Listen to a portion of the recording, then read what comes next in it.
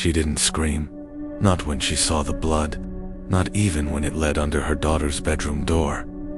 Alina stood frozen, one hand still clutching the grocery bag, the other shaking by her side. The trail was fresh, thick red droplets, leading across the polished wooden floor like someone had walked in bleeding, but the house had been locked when she got home. Locked from the inside.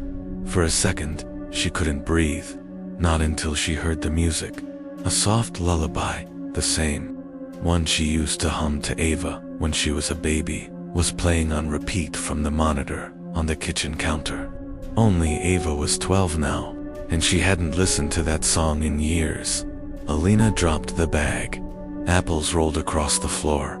She stepped over them slowly, her bare feet almost slipping in the blood as she reached the door. She knocked once. Ava. Her voice cracked. "Honey, are you okay?" Silence. Alina pushed open the door. The room was empty. No Ava, no blood on the bed, no sign of a struggle. Just that same song echoing through the speakers and an open window letting in the cold autumn wind. The curtains fluttered like fingers. That's when she noticed the note. It was lying on Ava's pillow, folded once, stained at the edges. The handwriting was unmistakable. "Avis, don't look for me, Mom. He said you wouldn't understand." Her knees gave way. She dropped to the floor, holding the note like it might bite her. There was no he, not anymore. Ava's father had been dead for 6 years. It took her 20 minutes to stop shaking long enough to call the police. By the time they arrived, the blood trail had dried, turning a dull rust color against the floorboards. The officers were polite, concerned, even, but something in their tone made Alina snap. "She didn't run away," Alina insisted. "She's 12. She doesn't even go to the store by herself, let alone disappear through a window without shoes in October." One officer, the younger one, looked uncomfortable. The older one finally said what he was thinking. "Ma'am, is it possible your daughter was having some kind of emotional episode? Sometimes kids, she wouldn't hurt herself." Alina cut in sharply. She was happy. She had plans. She was. Her voice cracked again. "She was fine this morning." The officers exchanged glances. "Do you have any reason to believe someone could have entered the house without forcing entry?" Alina hesitated. Then quietly she said, "2 nights ago, Ava said she saw her dad standing in the hallway." Both officers froze. "I thought she was dreaming," Alina continued. "She was half asleep. She said he just stood there, looking at her, and then he whispered something. She didn't tell me what." The room went cold. Alina didn't sleep that night, or the next. The police combed through the house, checked for prints, brought in dogs. Nothing. It was like Ava had vanished into thin air by the 3rd night. Alina started dreaming of the hallway. Every time she closed her eyes, she saw it. That same narrow hallway Ava described. A man, tall, pale, familiar, standing just outside her daughter's door, his face shadowed, his lips moving, whispering, but she couldn't hear what he was saying until the 4th night. That night, she heard it. "She'll be safer where you can't reach her." Alina woke up gasping. She ran to Ava's room. The window was still open, the curtains still moving like breath. But this time, there was something new on the desk. A photograph. Old, worn at the edges, from a time before everything broke. Alina, holding Ava as a toddler, her husband, Marcus, smiling in the background. But someone had circled Marcus's face in red ink and scribbled a word underneath, in the same ink, "Liar." She took the photo to the police, but they weren't convinced it was new. Maybe it had just fallen from a drawer, they said. Maybe her daughter had done it as part of whatever emotional confusion she was going through. But Alina knew better. Ava hadn't touched that photo in years, and Marcus, he wasn't just dead, he was buried in a closed casket because they never recovered his face. He'd died in a fire, that's what they told her. But now she wasn't sure anyone had told her the truth. She started digging old emails, journals, Marcus's insurance policies, his work records. That's when she found the first lie. Marcus had told her he left his job months before the fire, that he was starting something new, a tech project with friends. But the HR records showed something different. He'd been fired for accessing confidential psychiatric files. Alina stared at the document for a long time. Marcus had never worked in mental health. He was in software back-end systems. What business did he have with therapy files? She followed the paper trail. A clinic in Northridge, a list of patients. End there. Buried on page 7, under special access logs, was Ava's name. Alina nearly dropped the report. Why would Marcus be accessing his own daughter's psychiatric file, especially when Ava had never seen a therapist? Not back then, not officially at least. The next morning, she drove to Northridge herself. The building was gone, torn down after a fire 3 years earlier.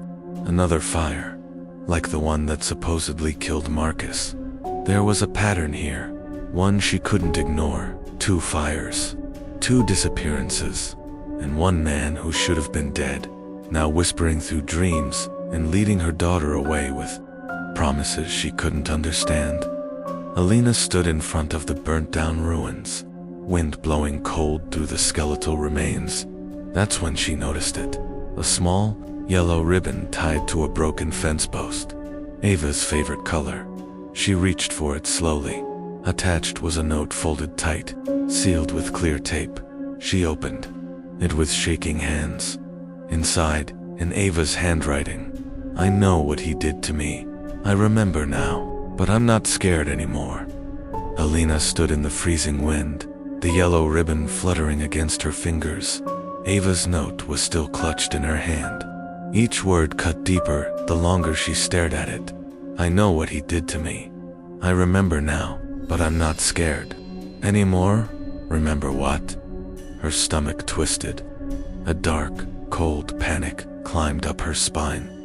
Had something happened to Ava before he died? Had Marcus hurt their daughter?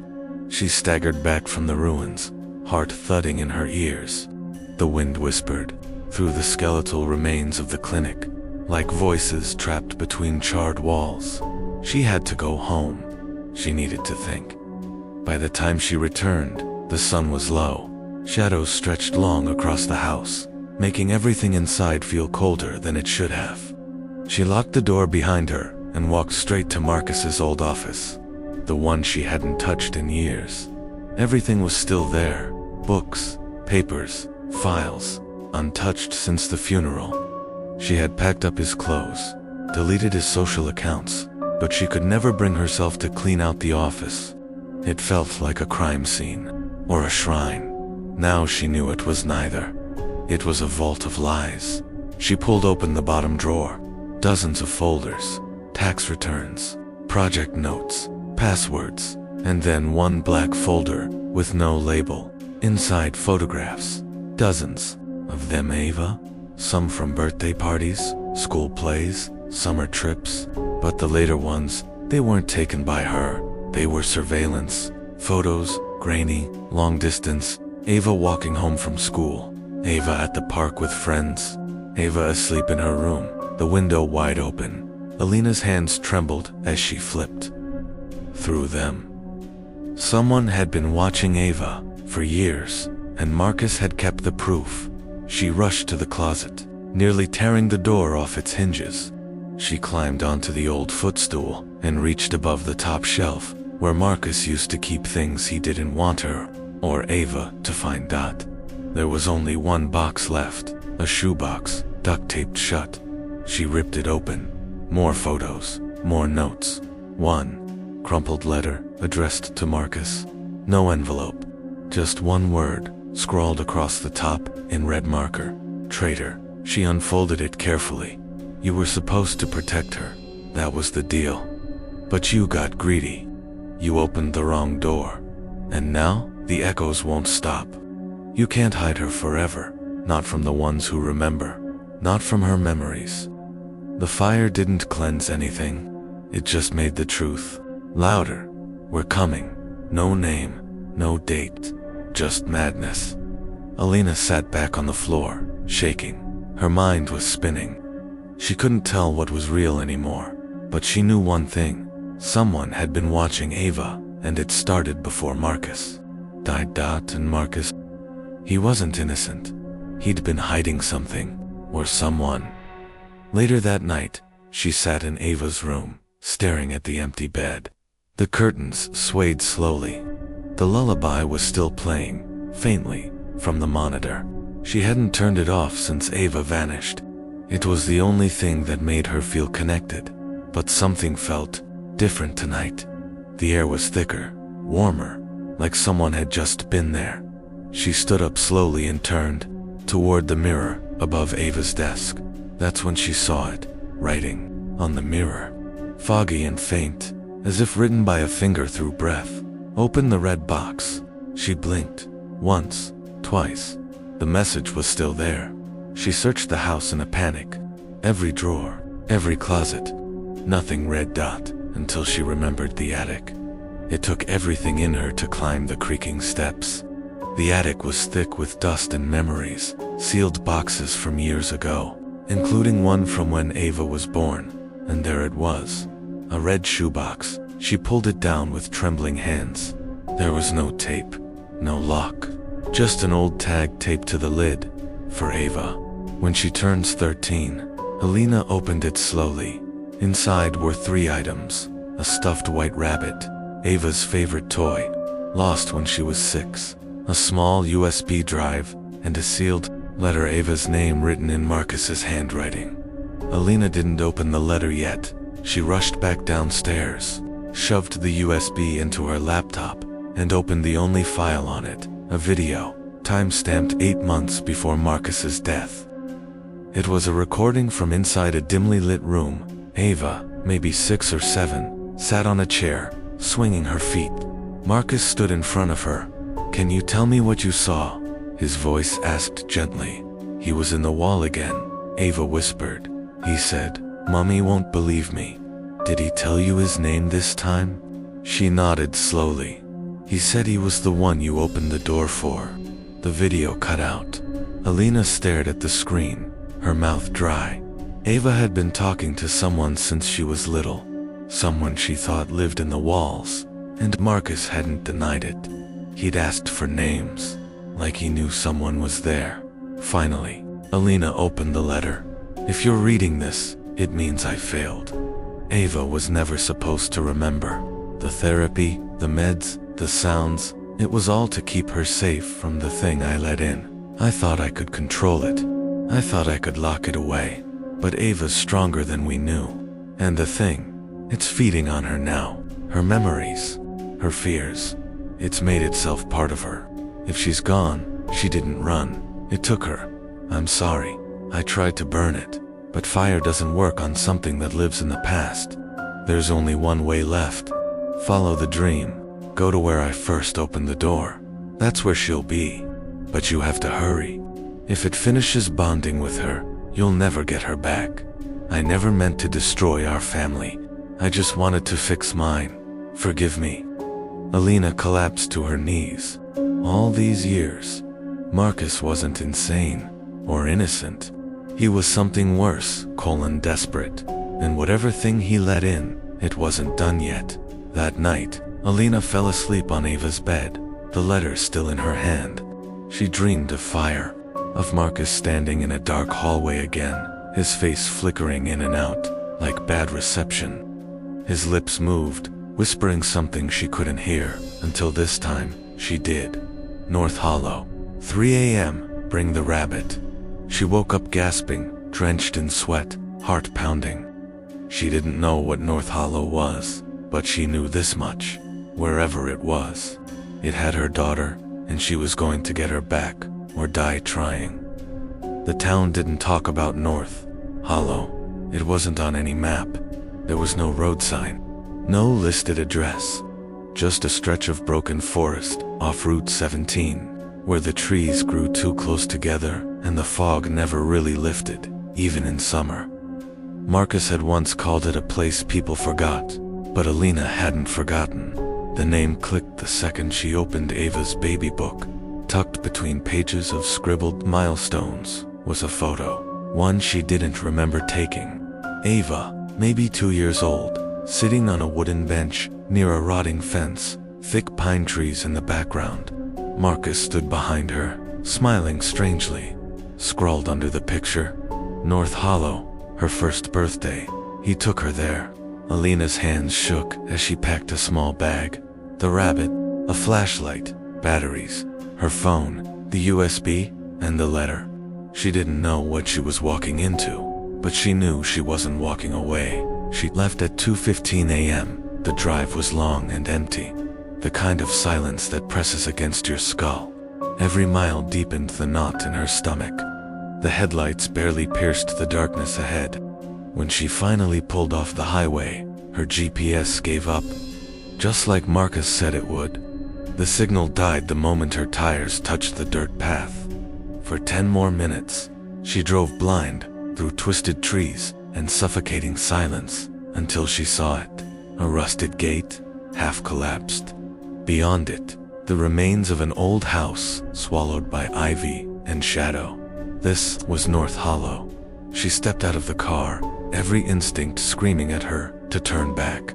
But she gripped the rabbit tighter and walked forward, heart in her throat. The air shifted the second she passed through the gate, heavier, thicker, like the ground was remembering her. A soft humming started somewhere in the trees, low and rhythmic. Not wind, not bugs, something else, something living. She reached the porch. The wood groaned under her weight. The front door was wide open, like it had been waiting. Inside, the house was empty, but not abandoned. The floors were swept. Candles sat in neat circles. Old toys, like from a different century, were lined on. The shelves, spinning tops, carved animals, a cracked doll whose eyes followed her as she passed. The rabbit twitched in her hand. She walked deeper, and then she heard it.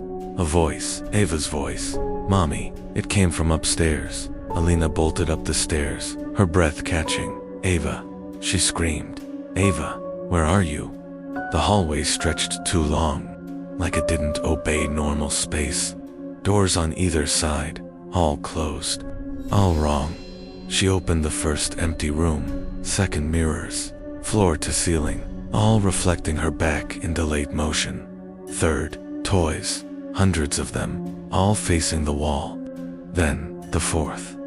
And there she was, Ava, standing in the middle of the room, in the same yellow raincoat from the day she vanished, her eyes wide, her mouth trembling.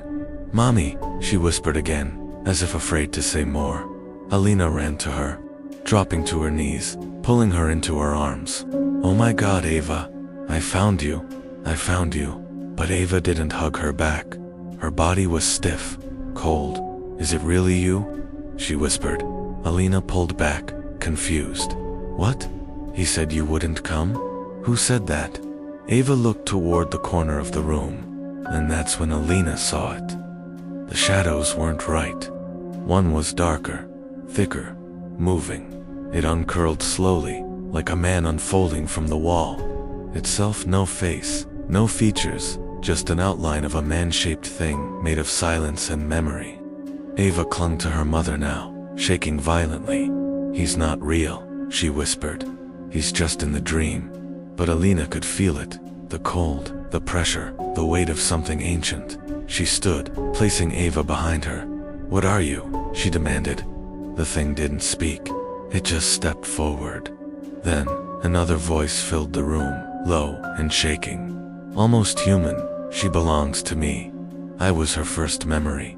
I am what he promised. She fed me, and now I don't need to hide anymore." "She's not yours," Alina snapped, her voice trembling. "She's mine. You can't have her," he gave her. And blood remembers bargains. Suddenly, Ava screamed, her eyes rolling back. She collapsed, seizing. The room began to spin. The walls melted into fire and ash and smoke. Alina screamed her name again and again, and then silence. Alina woke up in the forest. Morning light filtered through the trees. Her bag was gone. The rabbit, gone. Ava, gone. She sat up, dizzy, disoriented. Was it a dream? No. Her hands were covered in ash, her legs scratched from branches, her throat hoarse from screaming. She stood, turning in circles. Where was the house? North Hollow was gone, erased. Only trees remained, and at her feet, one item lay untouched. The cracked mirror from the hallway. She bent to pick it up, written in reverse. Across the surface, "You're too late. She's mine now." But Alina didn't believe it. She couldn't. And then the mirror fogged up, just like Ava's bedroom window had, and another message appeared. "You still have one door left." Her reflection smiled, but Alina wasn't smiling. The mirror lay in her lap, still warm. "You still have one door left." Alina stared at her reflection, her wild eyes, her ash-covered face, and then, the smile that wasn't hers. She snapped the mirror in half. The second it broke, a sudden memory pierced through her like a blade. A hospital hallway. Marcus pacing, holding baby Ava. A nurse arguing in whispers with a man in a gray coat. Not hospital staff. She had forgotten this, somehow, but now, the memory roared back. Marcus had taken Ava somewhere after she was born, disappeared for nearly 2 hours. When he returned, he was pale, sweating, and holding her tighter than ever. He told Alina it was nothing. He needed air. But she remembered now. He came back smelling like smoke. She raced home like her car was on fire. Every mile back from North Hollow felt like dragging herself out of a nightmare she hadn't earned. But this wasn't over. Not even close. If she wanted to find that final door, if she wanted her daughter back, she had to go somewhere she never wanted to go again. Marcus's childhood home. It was an old estate just outside the city. His parents had passed years ago, but the house remained untouched, locked, crumbling, and avoided. Marcus never spoke of it. He said he had no good memories there. Now she understood why. Alina stood at the threshold, heart hammering. The key still worked. Inside, dust, decay, silence. She moved room to room, retracing Marcus's life. Broken picture frames, shattered glasses. A photo album filled with Ava's baby pictures, and one picture that chilled her to the bone. A man pale, sharp-featured, with black eyes, standing beside Ava's crib. Marcus in the background, and a faint shadow, stretching unnaturally, crawling across the nursery wall, written on the back. Her godfather watches over her. Alina almost dropped it. She didn't recognize the man, and yet, she did. He was the same outline she saw in North Hollow. He had a name, and Marcus had known it, in the study. She found it, a locked drawer behind the fireplace. Inside, one cassette tape, one worn notebook, and a black and white photograph. The photo, Marcus as a boy, standing in front of a door, carved with strange symbols, symbols she'd later recognize as the ones Ava drew constantly in kindergarten. The notebook was a journal. June 1994. The whispers are back.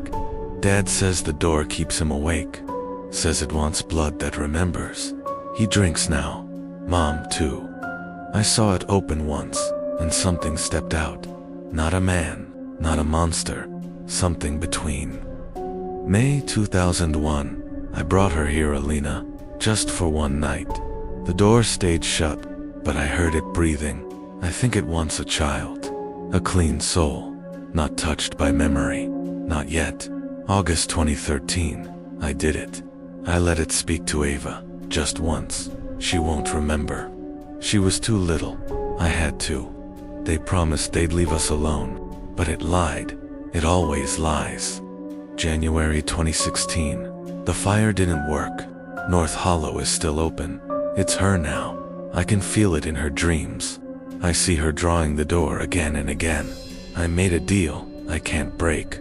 But maybe she can. Alina played the cassette. Marcus's voice ragged. If you're hearing this, it means I didn't stop it. I made a bargain to save my family. I was a boy when I first opened the door. I thought I was summoning my dead brother. I didn't know what came through. It feeds on memory. That's its way into people. It becomes their guilt, their fear, their grief. It lives in what they can't let go. It told me Ava was the perfect vessel, that she could contain it, grow with it, bond to it. I said no. I said I'd give anything else. And it smiled. That thing doesn't talk. It just smiles. If Ava's gone, the last door isn't in North Hollow. It's not in any building. It's in you, Alina. The door is memory. Yours. Go back. Go back to the night she vanished. To the moment you forgot. That's where it entered. That's where you'll find her. Alina sat in the study, shaking. The last door wasn't physical. It was a moment, one she had buried. So she closed her eyes, let the silence wrap around her, and she went back to the night. Ava vanished. The bedroom, the lullaby, the open window. She'd always told the police she found the room empty, but that wasn't true. She saw something, a shadow stepping away from the crib. Ava sitting calmly, whispering, "It's okay, Mommy," he said you gave me. Then nothing, black dot, and now, as she forced herself to feel it again, the memory snapped open like a wound. The final door, the air around her shifted, the house dissolved, and she was there, in a place that wasn't real, and yet was more real than anything she'd ever known. A hallway of memories, each door pulsing with warmth, sorrow, pain, her wedding, Ava's birth, Marcus's funeral, the miscarriage, the night she almost walked away, and at the end, a door with Ava's drawings carved across it. She stepped through, a field of fog, and in the center Ava, wearing white, smiling, but something in her eyes wasn't hers. The thing was inside her now. It turned, spoke in her daughter's voice. "You finally remembered. You finally came back." "Let her go," Alina whispered. "Why should I?" It replied. "You left her. You gave her to silence. You let her forget who she was. You chose to forget. I was broken, but not anymore. Then prove it. How? Give me something better." Alina stepped forward, tears in her eyes. "Take me. You're too full of sorrow, too stained. Then take all of it," she begged. "My guilt, my grief, my worst memory. Take what I've hidden, what I couldn't face. If I take that, you'll never be the same. I'm not afraid." The air cracked, the field split open, and with a scream that wasn't hers, the thing was torn from Ava's soul. Alina woke up gasping, in her own bed, morning sun filtering through, and there in the doorway was Ava live holding the rabbit. "Mommy," she whispered, "I had a bad dream, but I found my way back." Alina pulled her in, sobbing into her daughter's hair. She never told anyone what happened. People would never believe it, but Ava never drew the symbols again. She never talked to shadows, and Alina, she forgot that final memory again. Not because it was taken, but because she no longer feared it. The man standing at the front door had no face, not in the literal sense. He had eyes, a nose, a mouth. But when Leanna looked at him, really looked, her brain refused to remember anything about him. As if her mind blurred his features the second she blinked. And worse, he was holding her sister's missing diary. "You dropped this," he said, voice calm. Leanna didn't move, didn't breathe. Her sister, Delaney, had been missing for 7 years. Her body was never found. Her case had gone cold. No one could have that diary. It had burned in the fire that destroyed their childhood home. So who was this man? And how did he know? 2 days earlier, Leanna had been going through a box of old things. She wasn't supposed to be home. She hated that place, their family's temporary rental after the fire. The house was a tomb of grief and blame. Delaney's posters still on the walls. Her perfume still soaked into the pillowcases. Her last voicemail still saved on Leanna's phone, untouched for years. "Hey, you up? I need to talk. Something weird happened today. It's about Mom, In that room in the library, the one she told us to never go into. I went in, I shouldn't have. Call me. Leanna never called back. She'd been in a fight with Delaney that day about a boy. Something stupid. Something forgettable. Only, it wasn't. Not anymore. Because Delaney vanished 14 hours later. No note, no witnesses, no forced entry, just gone. And then, the house burned down a week later. They said it was an accident. Faulty wiring. Liana never believed it. Now, after all these years, she finally worked up the courage to return. Just for a night. Just to sort through what was left. And in one forgotten box, wrapped in old newspaper, a key. Small, black, engraved, with the number 119. And next to it, a card. If you remember her, room 119 remembers you. Liana didn't understand it, but something deep in her chest, some ancient knot of guilt and instinct, told her it was real. That night, she went to the old library. The building was still standing, surprisingly, abandoned, condemned, but not demolished. The front door was chained shut, but a broken window around the back let her in. Inside, dust, mold, the smell of forgotten things. She walked past familiar shelves, past the children's corner where she and Delaney used to whisper about their future, toward the elevator. It was dead, of course, so she climbed 5 flights of stairs to the forbidden floor, restricted archives. She found room 119 at the very end of a narrow hallway. The air was colder here, like it hadn't been breathed in for years. The key fit the lock perfectly. Click. Inside. 1 chair, 1 desk, and a mirror. That's all. She stepped inside, and the door shut behind her. The room warped, not like a dream, like a memory that had never happened. Suddenly, Liana was sitting in the chair. Her hands were resting on the desk, and in front of her, her reflection, only it wasn't moving with her. The reflection stood and smiled. Delaney's voice came from the mirror. You remember now, Delaney, Liana whispered. Is it really you? Part of me? The mirror said. The part you forgot? The part you let go? I never let you go. Yes, you did. You stopped asking questions. You stopped looking. You started to believe I ran away. Liana flinched, because it was true. Everyone had said it, whispered it behind her back. That Delaney had snapped, that she'd wanted out, that maybe she was alive somewhere, living a new life under a new name. But not Liana. She had always felt something was wrong, that her sister had tried to reach her, that the fire wasn't random. Tell me what happened, she begged the mirror. Please, I need to know. The reflection's smile vanished. You really want to know? It whispered. Double quotes, yes. Then you have to remember him. Who? The mirror rippled, and then the man appeared. Same gray coat, same unrecognizable face, and a voice that made Liana's spine ice over. We made a deal, your sister and I. No, Liana whispered. You're not real. She wanted answers. She wanted truth. I gave her a glimpse. But truth always comes at a cost. Where is she? Liana demanded, standing. Pieces of her are in places you've forgotten. Rooms no longer on the map. Memories you buried. You'll find her, if you really look.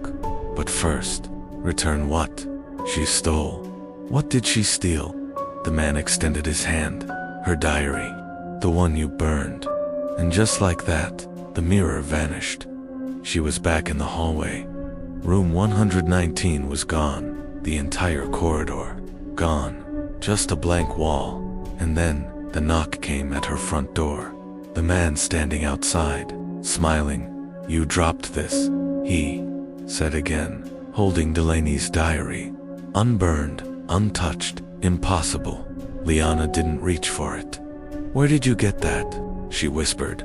The fire gave it back, when it was done with you. I'm not playing your game, but you already did. 7 years ago, you made a wish, remember? You said, I wish she'd disappear so Mom would stop comparing us. That was just a fight. I didn't mean it, but you meant it enough. Enough for something to hear and answer." The man placed the diary at her feet. "The story's not over, but if you want the next chapter, you'll have to go to the place where you first lied." "Where?" "The stairs. Under the third step, you'll know what you buried there." He vanished. Liana blinked, and he was gone. No footsteps, no trace, just the diary, and the cold creeping through her bones. She knew exactly which step he meant. Back in the old house, before it burned, she and Delaney had buried something under that step. A wish paper.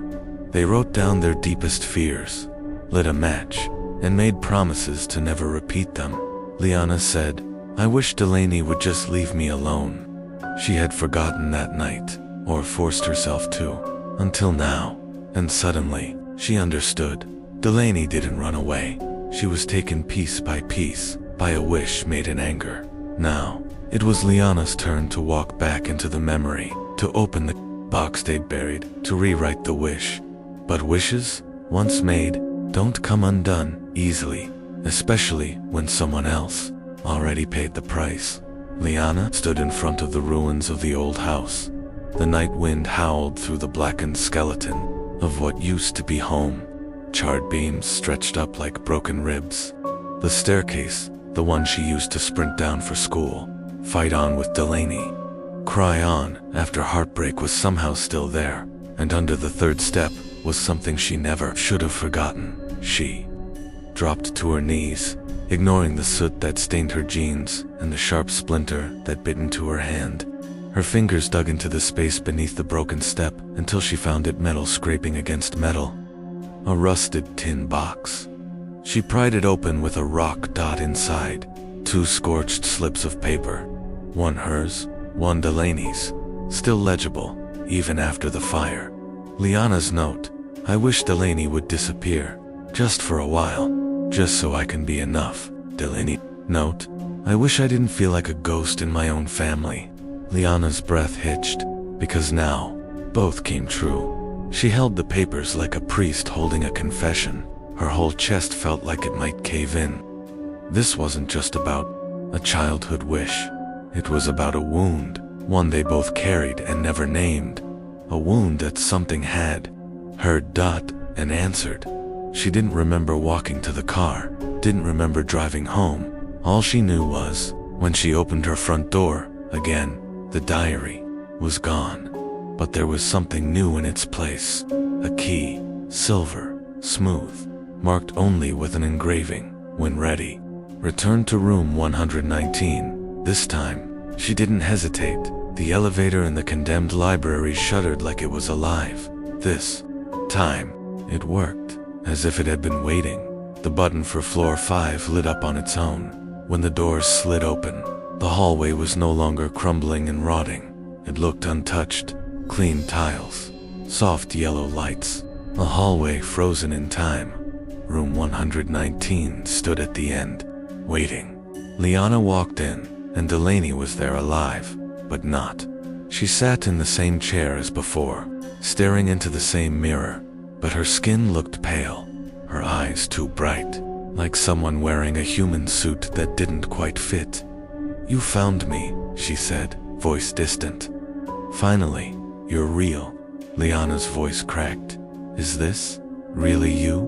What's left of me?" Liana dropped to her knees, beside her. "Delaney, I'm so sorry. I didn't mean you did. But that's okay. I wanted to disappear, too. We both made a deal with the dark, and the dark always collects."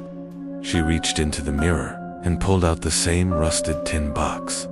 "You brought it back," she whispered. "I had to," Liana said. "I need to fix this."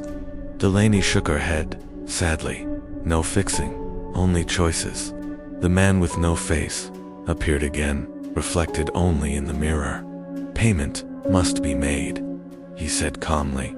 "Take me," Liana said, standing. "Not enough." "Then what do you want?" "A trade. One soul may leave, the other stays." Liana blinked. You mean, only one of you walks out of this room? Silence. Delaney looked down. I'm already halfway gone, she whispered. Don't. Stay for me. No, Liana said. I ruined everything. I forgot you. I buried you. But you came back. The man spoke again. Choose. Liana turned to her sister. The real her. Not the ghost. Not the memory. Her sister, who had once braided her hair on the porch. Who snuck out to smoke behind the gym. Who screamed with laughter the night they danced in the rain. 1,000 memories crashed into her chest. Delaney should have had a life, not this prison. Let her go, Liana whispered. Are you sure? The man asked. Yes. Then sign it. He held out a mirror, shard. Liana cut her palm, without flinching, pressed it to the paper, and the air began to crack, like a window, fracturing under pressure. Delaney screamed, No, Liana, don't. You'll be trapped. Please. But it was too late. The floor beneath them split open. Delaney was sucked upward into light. Liana was pulled down into silence. She woke up in a hospital bed. Delaney's hospital bed. Monitors beeped. A nurse rushed in, shouting for a... Dr. Delaney sat up slowly, eyes wild with confusion. Where dash, how dash what? And then she saw her reflection in the mirror across the room. It wasn't her face, it was Liana's 6 months later. Delaney, now living as Liana, sat in the sunlit kitchen, sipping coffee. She wore Liana's clothes, lived in Liana's apartment, got letters addressed to Ms. L. Morgan, and no one questioned it, because the real Liana had taken her place, in room 119, in the in-between. Sometimes, Delaney would stand in front of the mirror and see her sister staring back, pale, still whispering, You chose me. And every time Delaney whispered back, I'll get you out, I swear. But the man's voice always echoed next. No takebacks, no rescues. Every choice has its cost. And deep down, Delaney knew she had walked free, but she'd never be truly free again, because living with the guilt of survival was a different kind of haunting. When Maya first moved into apartment 313, the hallway lights flickered. Not the gentle kind of flicker you ignore, the violent kind. Sharp bursts like lightning that make your stomach twist, and your instincts whisper, leave. She ignored it. She had to. This was the only place in her price range. Freshly single, recently laid off, emotionally exhausted, Maya was trying to start over, trying to feel normal again. She didn't believe in ghosts until she met the woman in 313. The building was old, pre-war, the kind of place where you could smell the wallpaper glue and hear your neighbor's toast pop. The super was always on his way. The mailroom was always flooded, and half the windows didn't lock properly. Maya didn't mind. She just wanted quiet, a place to disappear. The first night, she heard a soft knock at her door, 3 gentle taps. She opened it to find a woman standing there. Early 40s, maybe, pale skin, thin lips, hair pulled tightly back, not a strand out of place, and eyes too dark to be natural. I live above you, the woman said. Apartment 413. Hi, Maya said, unsure. Everything okay? Just wanted to introduce myself, the woman said. Noise travels here. Be careful what you say. Then she turned and left. No smile, no handshake. Just that strange warning. Maya thought about that encounter all night. Be careful what you say. What was that supposed to mean? She was quiet, always had been. Her last boyfriend used to say her silence was louder than shouting. That night, Maya couldn't sleep. Every time she started to drift, she heard something from the ceiling.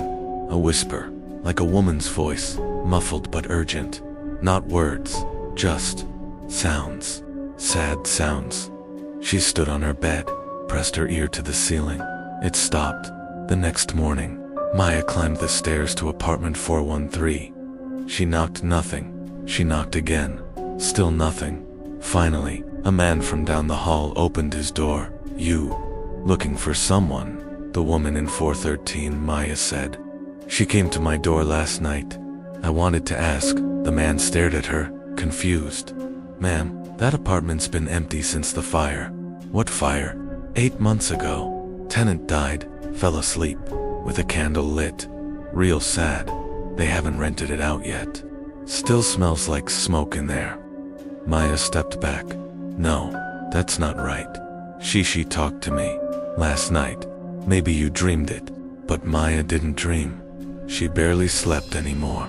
That night, she sat up with her journal. She hadn't written in it since the breakup. Page after page of old pain stared back at her. But now, something new. She wrote, "Woman in 413, pale, cold, said to be careful what I say." As soon as she wrote it, the lights flickered. Then the ceiling moaned, like something huge, dragging its weight across the floor above. Maya looked up. Her heart raced. She wrote again, "What do you want?"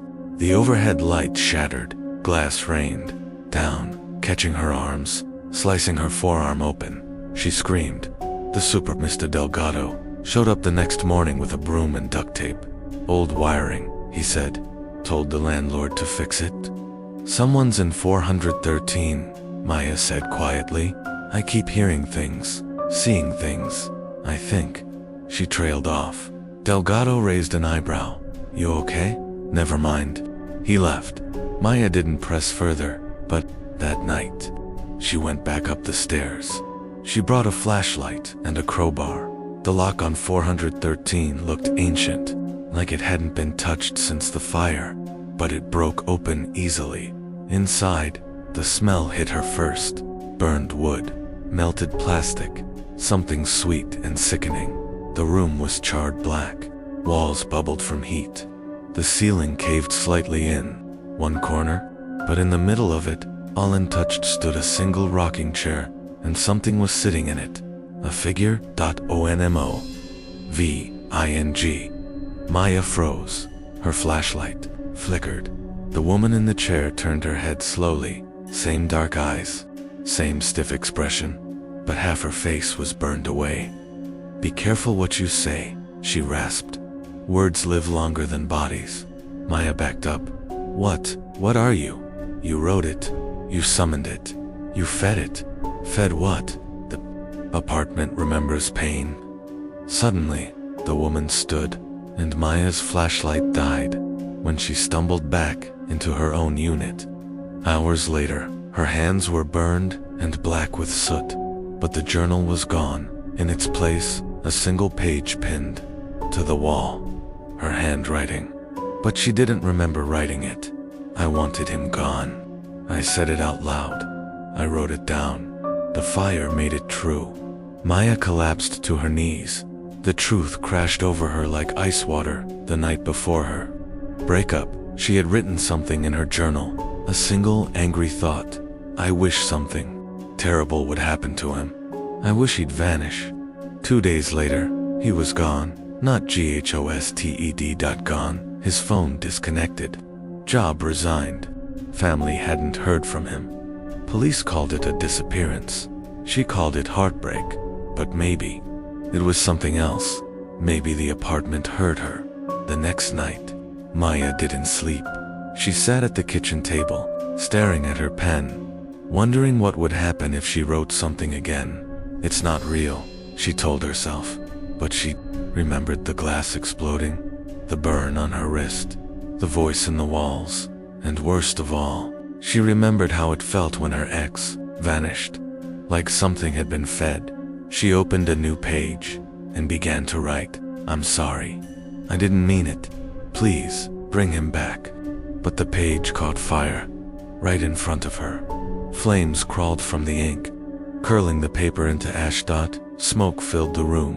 The alarms never went off, and from the hallway, a voice whispered, "Again, be careful what you say." When Ryan bought the old gas station in the middle of nowhere, everyone said he was insane. Too far off the highway, too many break-ins. No one drives through Tall Creek anymore. But Ryan wanted quiet. After what happened in Austin, after the trial, the scandal, and the headlines, he needed out. Away from judgment. Away from the weight of his old life. This place was cheap, remote, and broken enough to match how he felt. Inside, the locals barely looked him in the eye, except for one old man who came in the day after Ryan opened. He pointed at the floor behind the freezer, near the back wall. "Whatever you do," he said, "don't move that." Ryan laughed. "The freezer?" The man didn't. "The ground underneath it's sealed for a reason."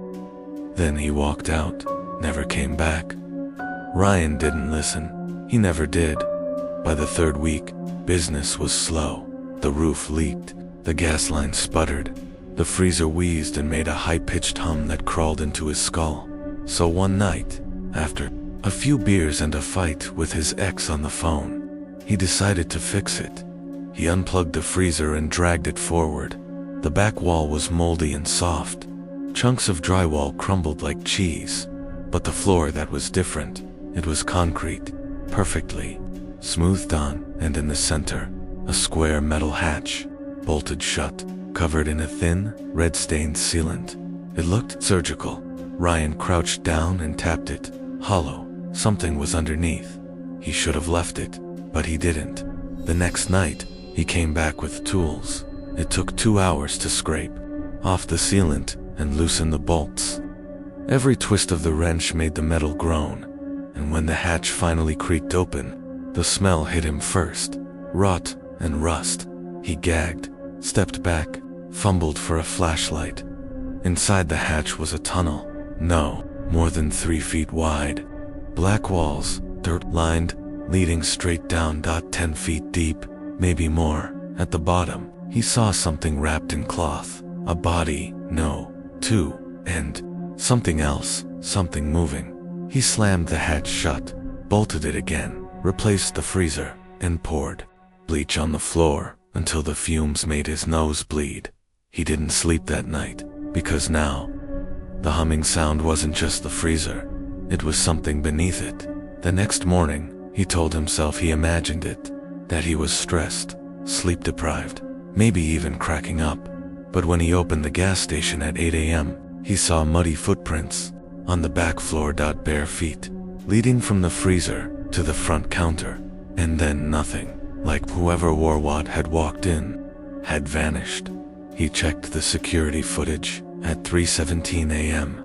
The screen fuzzed out, white noise, static. At 3:19 a.m., the camera turned back on, and the freezer was open, not unplugged, not moved, just ... open, and a shadow long and thin crawled across the floor. Ryan paused the tape. His own hands were shaking. It wasn't human. Too long, too low, and moving in a way that looked wrong, like it didn't belong here. That night, Ryan locked the hatch with chains. He duct-taped the freezer to the wall. He lined the edges with salt, something he remembered from his grandmother's stories, even though he didn't believe in any of it. And then he sat on the counter with a shotgun and waited. 3 a.m. came. The lights flickered. 3:17 a.m. The humming started again. The chains rattled. The freezer door trembled. And then, a voice, faint, from beneath the floor. "You opened it. You owe it." He fired into the freezer. The noise stopped, but only for a second. Then, it laughed low, wet, like something bubbling in a throat. He ran out the front door, got in his truck, and drove until the sun came up. The gas station was empty when he returned, but the freezer door was wide open. Inside, where there should have been frozen burritos and ice cream, there was a note, scratched into the metal with what looked like a fingernail. "We live where guilt festers." He called the sheriff. Sheriff Lane had grown up in Tall Creek. He knew the stories, and he didn't laugh when Ryan explained. He just nodded slowly and said, "You shouldn't have touched it." "What the hell is it?" "No one knows, but it's older than the town. We found that hatch after the last owner went missing in '92. Before that, the land belonged to the Hollis family. Their boy went mad, killed 7 people. Said the voices made him do it. So why seal it? Because what's underneath? It wants out, and it feeds on guilt, shame, secrets." Ryan was silent. The sheriff stared at him. "What brought you to Tall Creek, Mr. Gray?" Ryan looked away. "Nothing I want to talk about." The sheriff nodded again. "That's what it feeds on." Ryan tried to leave, packed his truck, sold what he could, planned to drive east, but the roads kept leading him back. Every time he took a turn, his GPS glitched. Every route detoured past the gas station. Even when he tried driving straight out of state, he ended up right back at the station by nightfall. And when he opened the door to check, the lights were on. The freezer was humming, and a voice whispered from behind it, "You can't run from what you buried." That night, Ryan stood in front of the freezer with a mirror in his hand. It had started to reflect things that weren't there. A boy's face, blood down his chin. Ryan dropped it, shattering glass across the tiles, and in the shards he saw the truth. He had opened more than just a hatch. He had opened himself. All the things he tried to forget, the girl in Austin, the car crash, the silence he offered instead of help, it all came flooding back. That's when the freezer creaked open on its own, and two long, pale hands crawled out. Claire stood outside the little blue house, arms wrapped around herself as the last moving van pulled away. It looked normal, quaint, even. A garden with dying roses, faded shutters, a cracked welcome mat that read, "Home Sweet Home." But something about the air felt wrong too still, too quiet. She turned to her husband, Drew, who was fumbling with the front door keys. "You're sure this place was cleared?" Claire asked. "Of course," he smiled. "I told you, babe. I checked the records myself. It's safe." "Because the listing said there was a..." "It's fine," he cut in. "That was just a rumor. Every old house has one." Claire didn't believe him. Not really. But she wanted to. After the miscarriage, after losing their savings, after Drew's job imploded, was either this or a motel. She stepped inside. The door creaked shut behind her, and the silence swallowed them both. It started with the mirror. A long, antique thing in the hallway that Claire didn't remember unpacking. She asked Drew about it. It came with the house. He shrugged. "Kinda cool, right?" It wasn't. Because it didn't reflect her right whenever she walked past. The reflection lagged half a second behind, and sometimes, just sometimes, it didn't move at all. Just stared back at her, smiling. Then came the noises. Scratching behind the walls at night, doors locking themselves, the hallway light flickering exactly 13 times before burning out. Claire kept a notebook, documenting each weird event. She showed Drew. "You're spiraling," he said. Again. That word dash again. Dash stung. Like he thought her trauma made her unreliable. Like grieving their baby had damaged her permanently. "I'm not crazy," she whispered. "Didn't say you were," he muttered, walking away. 3 days later, she found the crawl space. It was hidden beneath the guest bedroom carpet, an iron latch bolted into the floor. She had to cut the carpet to reach it. When she pried it open, a bitter cold gust rose from below, and something laughed soft, right next to her ear. She screamed. Drew ran in. She pointed to the open crawl space. "There's something down there." But when he looked, the latch was sealed shut, the carpet dash untouched. Double quotes. "Claire, please," he said. "You're scaring me." She started crying, not because she doubted herself, because he did. That night, Claire slept in the living room at 2:13 a.m. She woke to footsteps upstairs. She called for Drew. No answer. She crept up the stairs and found the master bedroom door ajar. Drew wasn't in bed. She turned and saw him in the mirror, standing behind her, but when she spun around, the hallway was empty. She turned back to the mirror. Now it was just her, and a line of blood running from her ear to her collarbone. She fainted, woke up in the morning with Drew standing over her, furious. "Why did you cut your ear?" he snapped. "I didn't," she whispered. "It was the mirror." He stormed off, but Claire knew what she saw. She packed a bag and drove straight to the local records. office. What she found made her blood run cold. The house had not been cleared in 1994. The police found a girl in that same crawl space, eyes gouged out, tongue missing. Beside her was a letter scrawled in blood. He said the house was safe. Claire took a photo of the record, sent it to Drew, no reply. When she got home, he was waiting on the porch.com to come. "We need to talk," he said. She tried to walk past him. He grabbed her arm, hard. "I told you not to go digging. You lead to me," she hissed. "You couldn't handle the truth," he said. "You never could. That's why I had to do it." Claire froze. "Do what?" But he didn't answer, just smiled. The same smile from the mirror. That night, Claire found the notebook she'd been using. It was ripped to shreds. Her handwriting replaced with someone else's. She asked too many questions. She ruined everything. She has to go back where the others are. The crawl space. She bolted to the guest bedroom. The carpet was gone, the hatch wide open, and the mirror, the one from the hallway, now sat across from the bed. Claire stared into it and saw herself, but not as she was, as she would be. Eyes missing, mouth stitched shut, hands pressed against the inside of the glass. She ran, but every door led back to the same hallway, the same mirror, the same crawling laughter from beneath.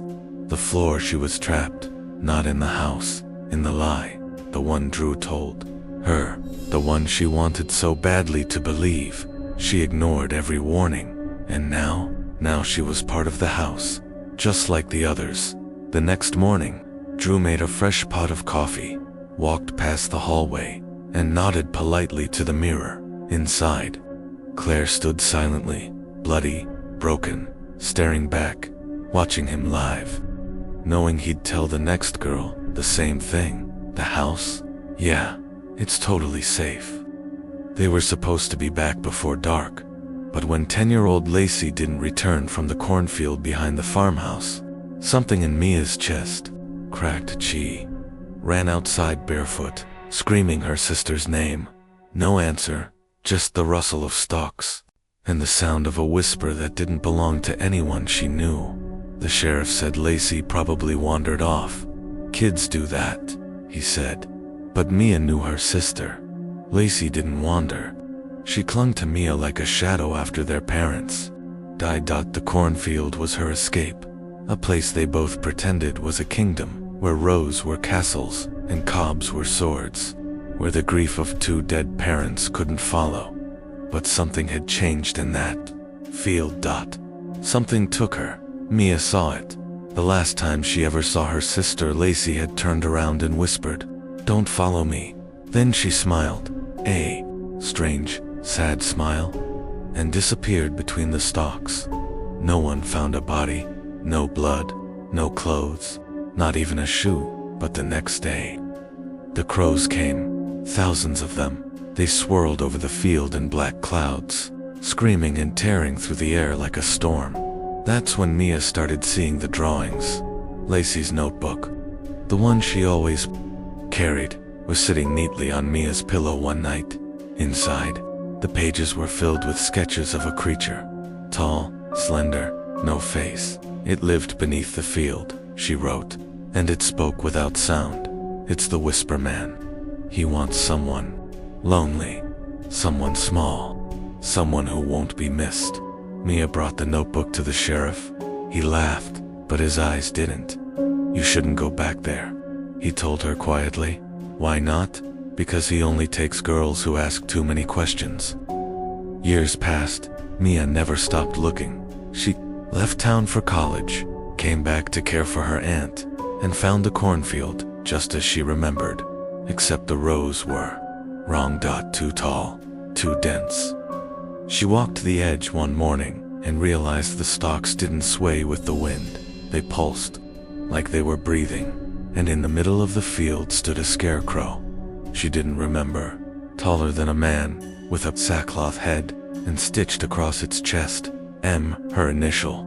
That night, her dreams turned black, pitch-dark fields. The sound of crunching bones, Lacey's voice, whispering, "You left me." "No, I didn't," Mia sobbed. "You let him take me."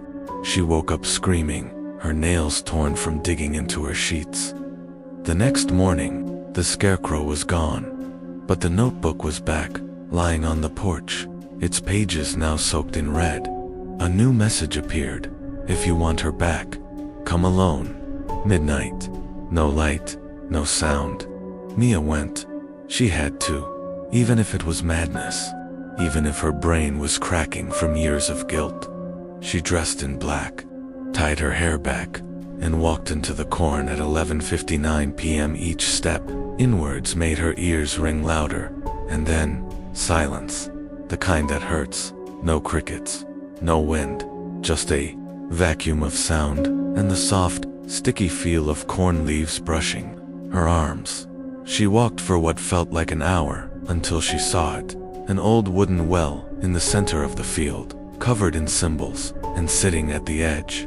A girl, her back turned blonde, hair down her shoulders. "Lacy lace," Mia whispered. The girl didn't turn. "I'm here," Mia said again, crying now. "I came back. I never gave up on you." Still nothing. Then dash. Slowly, the girl stood and turned around. It was Lacy, but not. Her face was pale, and sunken lips stitched into a soft, eerie smile. Her eyes, gone in their place, two smooth, flat scars. She spoke without moving her mouth. "You took too long." No, I tried. He gave me a choice," the voice continued, deeper now. "Not hers. Stay and suffer, or take your place." The well creaked open behind her. A black void yawned beneath it, and from it, something climbed out, tall, faceless, covered in dirt and dried corn husks. The Whisper Man. Mia ran, but the rows closed. Behind her, the corn grew taller, tighter. The stalks began cutting her arms as she shoved through, whispering in her ears, "You let her go. You let her rot. You don't deserve peace." She fell, scraped and bleeding, and in the dirt beside her, she saw the final page of the notebook. One sentence, scrawled in childish handwriting. "Only blood can bring her back." Mia stood, walked back to the well, faced Lacy and the creature, and did the only thing left. She held out her hand. "Take me," she whispered. "Let her go." The Whisper Man tilted its faceless head. The field went silent. Then Lacy blinked. Real eyes returned. Her stitched smile broke. She gasped like she hadn't breathed in 10 years. "Mia," she whispered, falling forward into her sister's arms. The Whisper Man lunged, but Mia shoved her sister out of the way, straight through the rows and into the light of dawn. They found Lacy barefoot on the highway, sobbing. She had no memory of the field, only Mia's face, and the words, "Run, and don't look back." They searched the field for days. No Mia, no creature, no well, just a single scarecrow, staring at the sunrise, and stitched across its chest, "Lacy, the end."